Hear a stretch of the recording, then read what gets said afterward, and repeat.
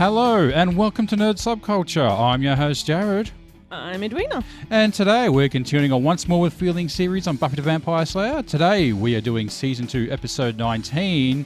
I only have eyes for you. This episode first aired April 28th, 1998, written by Marty Noxon and directed by James Whitmore Jr. Eddie? This is a full spoiler podcast. I'm a huge fan of the show, but Jared has never watched the whole series, and I'm trying to convince him it's worth his time. Bullshit! Yeah, you really are trying. You're trying hard, baby, but these last two episodes, especially this one, was just such a bore. Not even the last little scene. They're the only scenes I tend to like with Angel and Spike. I don't know. I really struggled with this one. Yeah, I fell asleep. You did fall asleep twice. Yeah, and I had to sort of, what did I just miss? And rewatch it. And I didn't watch it with you because it's end of financial year, and I had to rush to get some work done, and so I was a bit busy. Yeah. And I was like, I've got to work. I can't do this. And I was like, maybe watch it another night because I think you'd also had a pretty big day as well. Yeah, well, I thought you could watch it and podcast the next day, but we didn't. It's been a couple of days. We try to watch it then podcast the next day while it's fresh in our minds. But it's a couple of days between this one. It's been quite busy lately. Even we're a bit behind in our podcast released as well. So yeah, well, as I said, I think my issues was it was end of financial year, so I had to get everything done in a very short span of time. Year 21, in case you're wondering, when you're listening to this. So I really struggled with this one, I have to say. Yeah, not a whole lot going on, but there was one sort of revelation, I think, with Schneider acknowledging the Hellmouth. Yes, and bringing up the mayor. Yeah. The mayor is brought up. Yeah. And who's the mayor? Well, he will perhaps become a very important part of season 3. Ooh, all right. Watch out for that one, eh? Yes. This. To be fair, I actually really like this episode.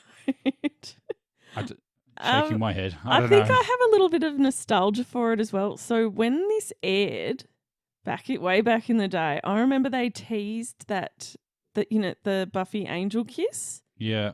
That was in like the trailer for next week, sort of the next week on Buffy, and they showed that. Oh. I remember being like, "Oh, we're gonna get back together. We get Angel back. We get Angel back." Nah. No. Not even close. Not even close. Do you want to do? Yep. I'll do it. Yep. Let's get it out the way. What do we call it? Synopsis. It's not really summary. Summary. All right, let's get the summary out the way. This episode begins when Buffy stops a male student from shooting a female. Oh, it doesn't start there, does it? No, it starts with Angie Hart singing. Oh, okay. I will mention that later. I feel. All right, we have the opening scene of that at the it has what do you Buffy. call it? What's it called? It's at the Bronze. The Bronze. Yeah. So this episode, Buffy's rejects a boy. Yeah, who we never see again. No. Oh, okay. He's not a new love interest. No. Then Buffy stops a male student from shooting a female student. Afterwards, they have no recollection of why they were arguing and the gun disappears. Principal Schneider blames Buffy for the incident. While waiting in his office, a yearbook from 1955 falls off the shelf. In class later that day, Buffy starts daydreaming about a relationship that a student had with his teacher. As she comes back to the present, she finds that the teacher has unknowingly written, "Don't walk away from me, bitch," on the blackboard, a line that the male student had shouted. Later, Xander is grabbed by a monster's arm from inside his locker. Buffy helps him break away, but the arm then disappears. Giles is intrigued by the possible presence of a poltergeist. Later that night, Giles sees the janitor shoot a teacher, though only moments earlier were friendly. Giles is convinced that Jenny Calendar is haunting the school. Willow finds information about a killing in 1955 where student James Stanley killed his teacher, Grace Newman, after she tried to break off their affair. In the cafeteria, chaos erupts as the food turns into snakes. Outside, Schneider talks to the police chief about the incident, and it is revealed that they know about the Hellmouth under the school. Drusilla gets a vision about Buffy being vulnerable. Willow devises a plan to contain the spirits, and they head off to the school where they prepare, though Giles has already arrived and is trying to summon Jenny's spirit. Buffy hears music coming from the music room and sees Grace and James dancing there. James's face suddenly changes into a gory mess, startling Buffy. Stop that. On the stairwell, Willow begins to sink into the floor and Giles saves her. Willow finally convinces them that the spirit is not Jenny. A swarm of wasps arrive and surrounds the school. Everyone recuperates at Buffy's while she continues to show her anger towards James. Buffy goes to the kitchen where she finds a sign for the 1955 Sandy Hawkins dance in her pocket as Jane's voice whispers, "I need you." She heads to the school where the wasps part for her to enter. Willow finds the ad and everyone rushes after Buffy, but they cannot enter the school. Angelus appears in the hall as Buffy, now possessed by James, talks to him if he were Grace. They repeat the ghost's argument until, at the climax, Buffy pulls out a gun and shoots Angelus. He falls off the balcony as though dead. Buffy, still possessed by James, goes to the music hall where James plans to kill himself. The possessed Angelus arrives in time to stop Buffy pulling the trigger. They exchange apologies and kiss. The spirits leave their bodies and are finally finding peace. Buffy and Angelus break away from the kiss, and Angelus, disgusted at what he's been doing, pushes Buffy away and flees. Angelus and Drusilla leave Spike after Angelus taunts him and Spike breaks free from his wheelchair after. The end. All right, Eddie. All right, yeah. So I think there's a lot more to this episode than what you're kind of seeing on the. You're taking a real surface look at this episode. Possibly. What What do you got for me, Eddie? I think this episode really should have come straight after Passion. Like it works much better. Yeah, possibly. But maybe they needed like what you call like a breather episode. Well, that's probably what last week's was. Yeah, so I'm guessing that's why they put Killed by Death in there, which it just didn't work. But they needed like a breather episode from to have a little bit of time pass. And yeah, and you sort of see them still dealing with Jenny's death. We even hear a little bit of her. A few bars of the Jenny song, yeah, and it's very sad, and and at first it does feel like we get a ghost. Yeah, this is a new monster. Yeah, a ghost. Yep, going back into your typical horror movie. Yeah, was doing a bit of the poltergeist, looking in the mirror and the disfigured face that did with Cordelia that time. Yeah, that one. but not just, but just the ghost theme in general. Yeah. And that the ghost trope pretty much. But this is really Buffy dealing over. Sorry, this is it's really about Buffy dealing with her guilt over her, like what happened with her and Angel. And you sort of see that they can, like when they're reenacting that moment, it's sort of like, oh, this is what this episode is about. Yeah. Like once it gets But to they that. switched sexes. She was the boy and he was the girl. But also it will, yeah, and they do sort of do a little mislead into that.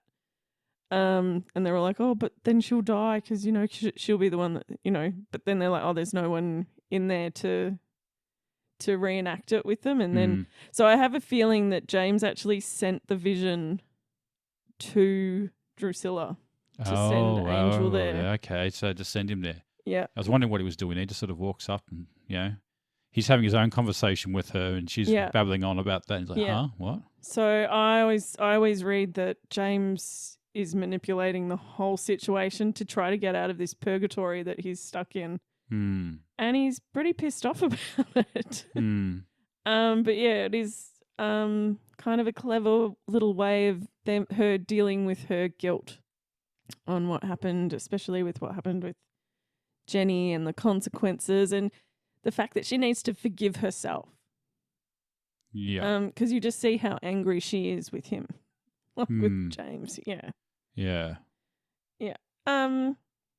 Also, you see that will come up in the following episodes with Spike, and the way that Angel just is constantly badgering, and at this stage you can kind of tell that him and Drusilla are, like, Angel and Drusilla are definitely having it off on the Oh, side. yeah.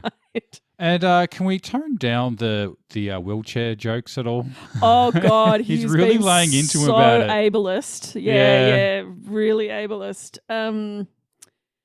Yeah, he was Everything he says to him is like, "Why don't you take a stand? Or why don't you walk off? Why don't you roll over there?" You know, Yeah. every line in his I had mouth to is climb the stairs. Yeah, pretty much every single line. keep He's rolling. yeah, pretty much every line that he says to Spike is pretty much putting him down Yeah. for being in the chair. Did you say something about, at least we can get a good car park now or something? Yeah, no, that was in a previous Was that why?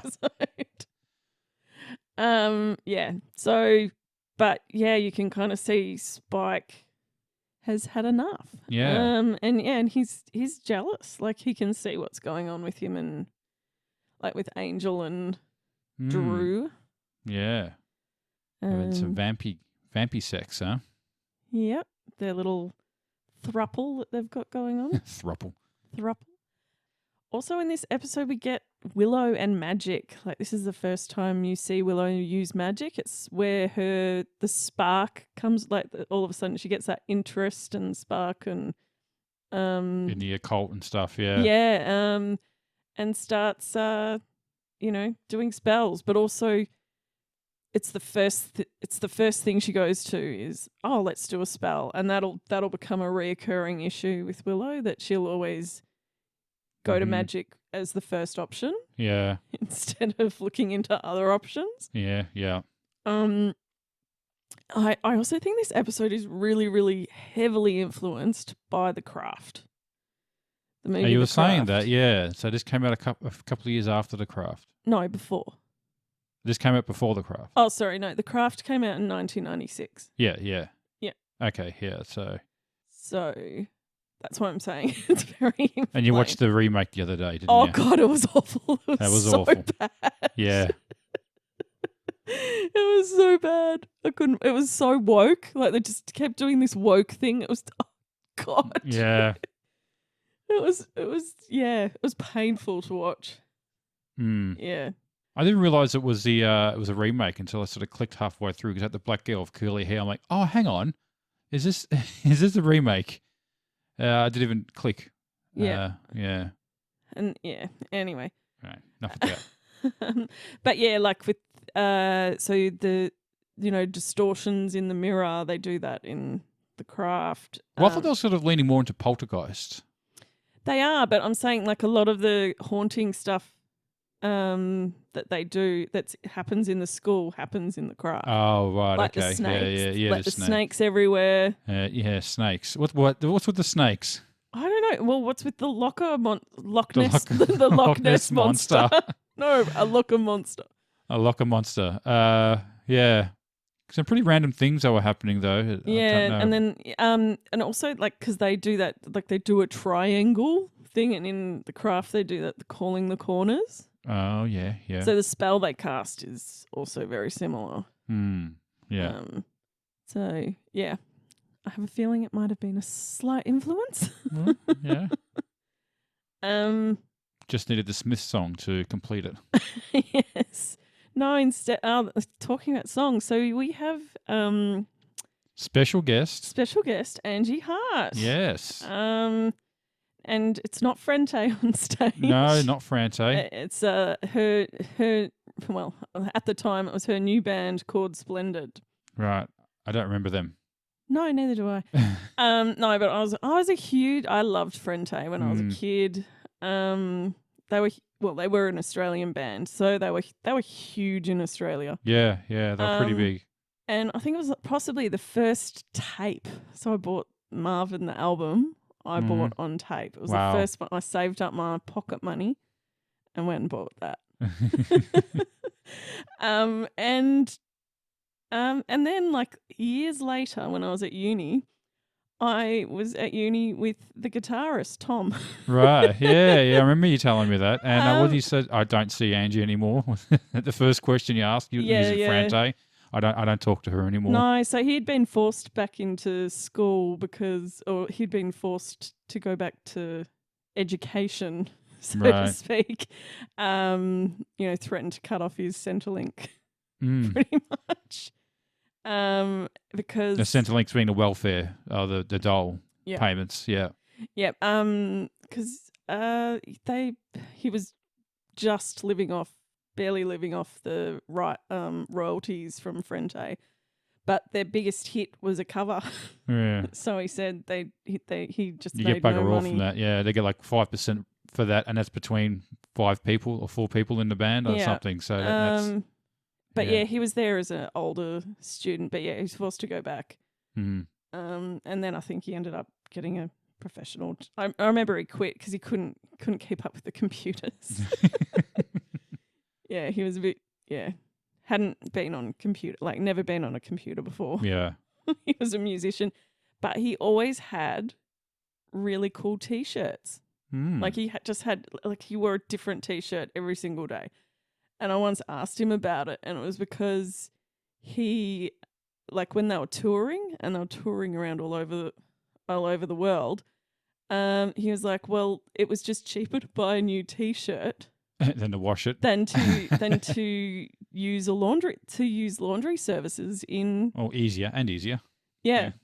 So he just said he used to just buy a new T-shirt wherever he went. So he But just then had by the this- end of it, you got a whole suitcase full of T-shirts. Yeah, exactly. So and he said, well, there was no real limit. So Hmm, well, okay. then I said to him, but then don't you end up with like a huge amount of T-shirts? He's like, yeah, and then eventually you get to a place where you can get some cheap laundry done. Like it's you had to buy like he goes, in the places where it was really expensive, you bought new T-shirts and Yeah. anyway, just a bit off topic. Yeah, a little bit. But yeah, this won't be the first time we see Angie Hart in Mm. the Buffy. And in the Whedonverse, I think too, Yeah, because yeah, she was she's in in Firefly. Firefly. Where was she in Firefly? She's one of the prostitutes. In Heart of Gold. Yeah, is that when they got to hold off the Yeah, guys? so she sings. Does she actually act in it, or is she like I can't I remember. don't think she really. She does do the singing. Yeah. She sings a song. She sings Amazing Grace, I think. Oh, okay. Did Josh have a bit of a thing for her, maybe? Oh yeah, like in later seasons, like she writes whole, like she gets like 4 or 5 songs or something. I think. Oh, really? Yeah, there's later episodes. She definitely has In Buffy? Yeah. Oh, okay. Yeah, she's in quite a few. Oh. Well, she's definitely sings a lot at the Bronze. Oh, she actually sings in the Bronze a lot. Yeah. Oh, okay. Look out for that. Yeah, so look out for her because it won't be the Hmm. last time we see her. And can I bring up something? So you have the male student having an affair with a female teacher. Yeah, I was actually going to bring that up. Um, In the whole episode, no one ever actually passes judgment on the fact that it's actually a really inappropriate relationship that they're having. yeah. It's never even mentioned. It's not. I mean, okay, he killed her in the end, but which is they're in terrible. love. You know. Yeah. I mean, it's. But I was like, if it reverts to sexes on that, and it's a lot creepier. You know. But I think at the time it was just, it's more acceptable. Well, the social attitudes on that back then, it's like, let's go find this guy and give him his luckiest son of a bitch award, you know. No, what was, I think South Park. Yeah, did that was it, what South Park did. It was the nice. Nice. Yeah. Yeah. So yeah, we don't think like that anymore now, do we? No, this is very. Yeah. I think whenever there's that power imbalance of Mm. an older. Remember the Heartbreak Kid? Wasn't that that movie? I can't remember the movie. Yeah. That was something similar happened. Well, it seemed to with that. happen a lot in TV shows of that time because remember it happened in Dawson's Creek as well. Oh, right. I never watched that. Heartbreak High, Yeah. which was based off Heartbreak Kid. Yeah. I watched in Riverdale. It happens in Mm. more recent times. Archie has an affair with his Yeah. They don't seem to go the other way, do they? They do. But when they do, it's pretty bad. Like, ooh, hey, Yeah, I that's think. that's Yeah. seen as a lot risque to go the other way, isn't it? Like for a female student to be. And to be honest, I've seen it happen more with male teacher to female student. Okay, we're not going to mention Mr. Hand. Only because it was funny. Yeah, so at my school we had a teacher, but he was really not that much. Technically, wasn't really that much older. Like he was probably 22, 23, and they were like 18. Yeah. But I was when I was in year 12. Yeah. And this girl kept talking about her boyfriend. I can't remember what his name was. And then eventually another student poked me and goes, "You do realise that was that she's talking about Mr. Hand, right?" That's his actual name, by the way. Mr. Hand. Yes. I was like, what? Oh, okay. What about Mr. Thrustbone?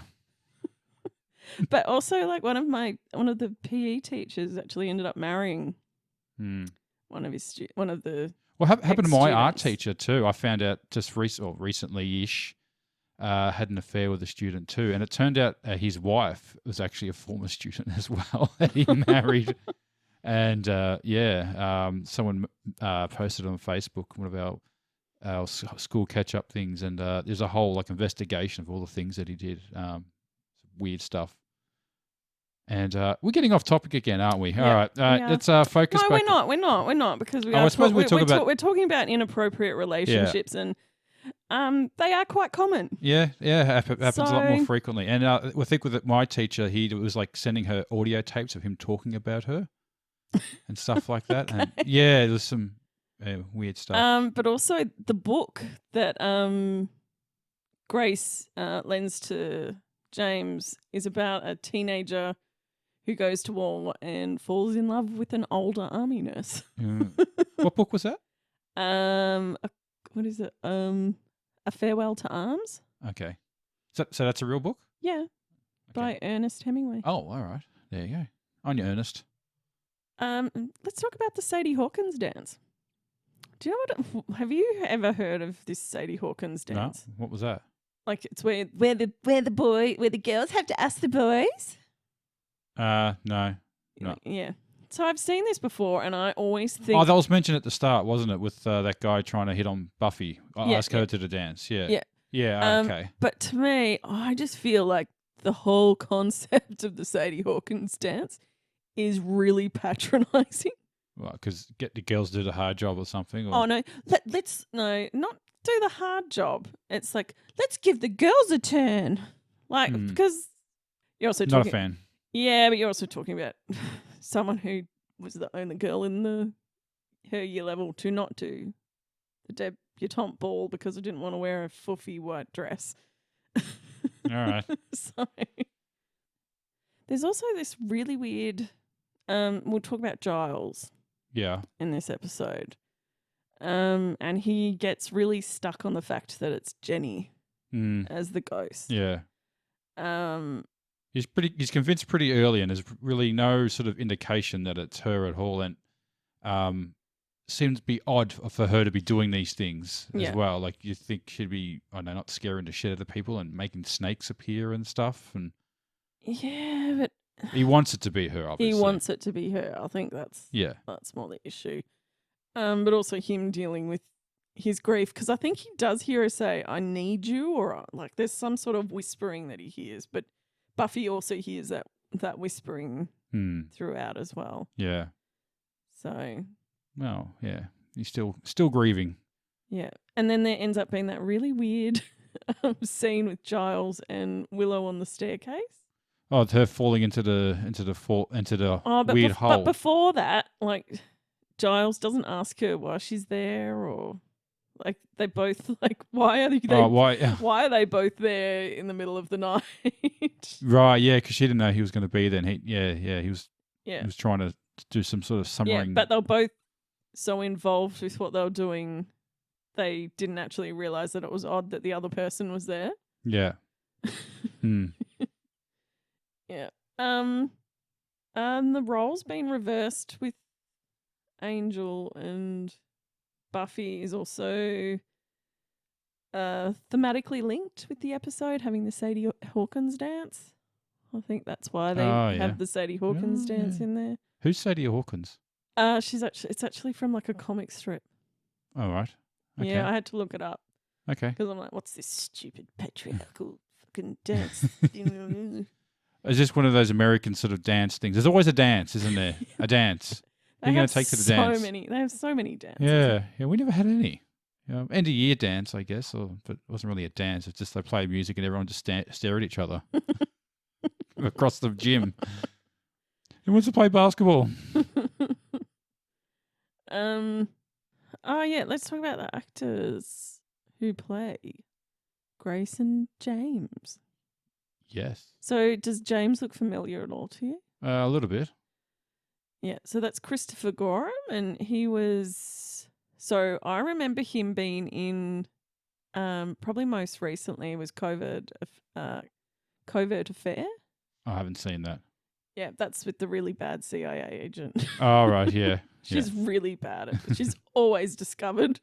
She's meant to be a spy, but they constantly know that she's a spy. Yeah. Um, Although I did look up the girl. What was the girl's name? Meredith Salinger. Yeah, and that's when I found that River Phoenix movie. Yeah. What was that one? The Tri- Andy something. What was it? The Adventures of Andy or something. I can't remember it now. It looked awful though. Yeah. I think you said you'd seen it. I said that if it's a River Phoenix movie, I've most likely seen it. Because I might have had a slight obsession for River Phoenix. No, I think I got it confused with the other movie, Dogfight. But yeah, he was also in Felicity and Popular and the very short-lived Jake 2.0. Jake 2.0. What the hell is that? It was like this. Again, he's like a CIA or some sort of analyst, and I think he gets hit by like one of those microbot things. Mm-hmm. And then gets superpowers pretty much. Oh God. Yeah, it didn't last very long. Yeah, but he's still around. He's still working. So, but yeah, this was definitely one of his earlier, probably one of his first acting roles. Mm-hmm. So did you find your Meredith Salinger movie? Well, Jared, what rabbit hole did you go down this week? I just found the movie A Night in the Life of Jimmy Reardon. I'm Okay. pretty sure I have seen it. Yeah. Rabbit hole I went down. So going back to Angie again. Back to Angie. Yeah. Back to the Punters Club. The Punters Club, which was a famous pub. It's still there. It's not called the Punters Club anymore. How did And you get onto Punters Club? I just sort of, it's just this thing where I just get sucked into the Melbourne music scene in the early 90s and stuff, because I were a Melbourne act, although I think she was born somewhere else, maybe in Tassie originally. I think she might have been born in Tasmania, that is. And yeah, just the Melbourne music scene, like I know Frante was a bit more before my time, but I did see a lot of bands at the Punters Club and a lot of the clubs around Melbourne that I used to go to. Most of them are gone. And now, I think they're Dylan. all gone. The Tote was still there. Like It got like- closed down. it got closed down. Then I they think tried it- to reopen it. But the problem is that no one goes to these anymore. Like we hate the idea of these pubs closing down. We want them to stay open, but we're not willing to go there. There aren't too many of those small pubs where you can just go and see like the up and coming bands that used to be. Yeah, the venues just aren't there anymore. But the Mm. people aren't going to them though. Yeah, That's it's not also what the kids are into anymore. Yeah, it's just so sad that. But I do remember seeing some really cool bands. This is one band I really liked, and this Melbourne band, Biscuits. I love this, and this is their song 6.9. Do you remember these guys? I need to hear some You singing. need to hear some. Yeah, these guys. I know. They changed the name to Another Race, and I love this song.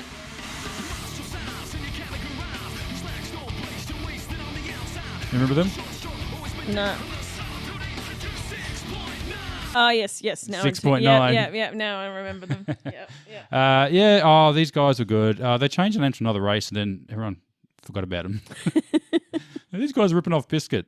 They had to change their name because it was too similar to Limp Bizkit. Okay. Yeah. So, but there were so many acts that I remember seeing. It was Non-Intentional Life Form, NIL.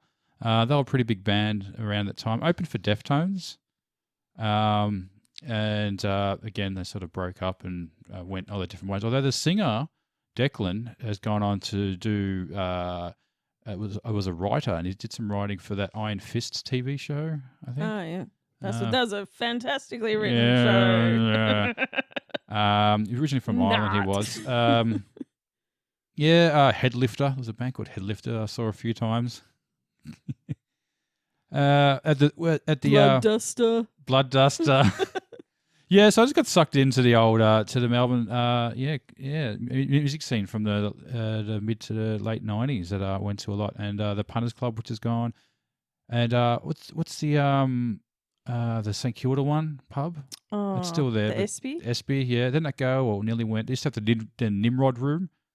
Remember that? I don't know if that's still there. Saw a few bands there. And the Corner Hotel, when it was a real dingy hotel, it's quite nice there now, actually. Yeah. I saw Caius there recently. Or the guy from Caius. Can't remember his name.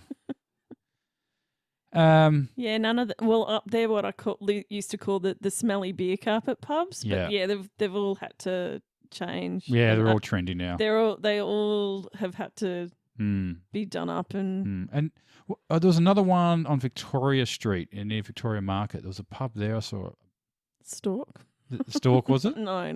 It's right across the road from the Victoria Market. The Art House. The Art House, yeah. I think, is it still there? No, it's long gone. They're all gone, long Eddie. gone. The Art House is long this is depressing. Gone. Yeah. So now the Melbourne music scene was pretty big back then, but well, now every music scene is completely dead in general. So, just took me back a bit of nostalgia there. Thanks, Angie. Yeah, I almost needed my own little rabbit hole I went down this week. Yeah. Yeah. So, anyway, do we want to do questions? Yeah, let's just roll into it. Yeah.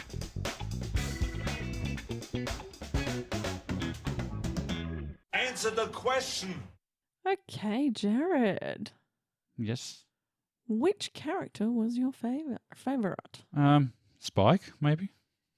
Yeah, I had a really hard time. I struggled trying to, because there weren't really any great new characters introduced. Yeah.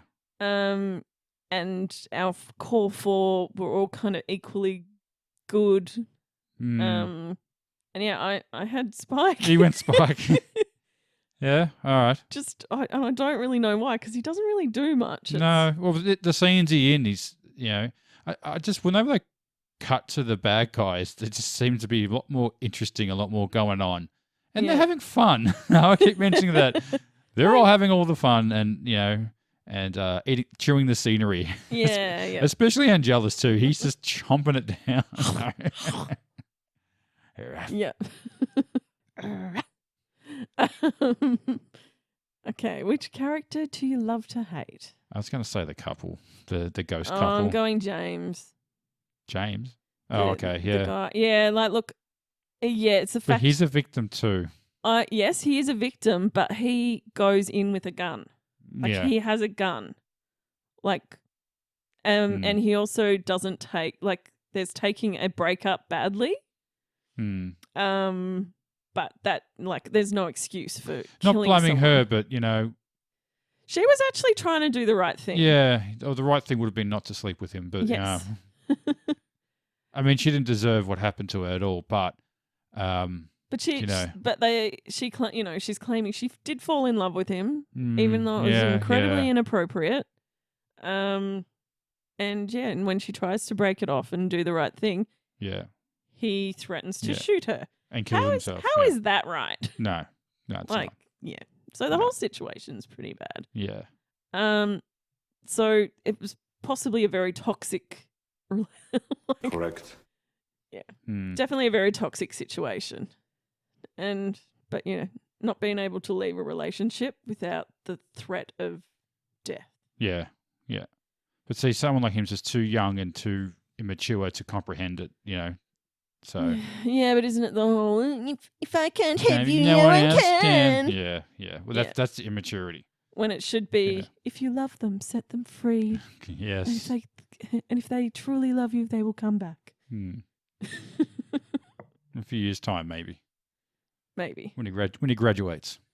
Yep. What was the most memorable fight scene? There's the scene with the teacher and the cleaner, Yes. and she does like the backflip over the rails. Uh-huh. I kind of had to laugh at that. I know she's meant to fall over, but there was just something comedic about how she did that. Yeah. I kind of chuckled a little bit at that. Like, okay, All right. yeah. Yeah. There wasn't really any fighting though in this episode. Well, there was that argument was pretty much a fight. Yeah. And it happens 3 times. You see it happen 3 Yeah. times. Yeah, the same. Yeah. With So the other couple as well. Yeah. They weren't a couple. I think they just saw each other or something. They weren't even a couple. Sorry, there was one who were actually a couple. Mhm. And then the next was the teacher and the janitor, Yeah. who were not a couple. They barely knew each other. Mm.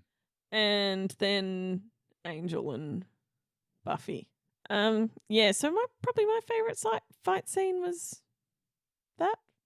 Yeah, it was probably Buffy and Angel Yeah. doing that reenactment. LOL moment. I think when Xander was grabbed by the Loch Ness monster, that sort of came out of nowhere. Yeah. Just a hand comes out and starts choking him. Yeah.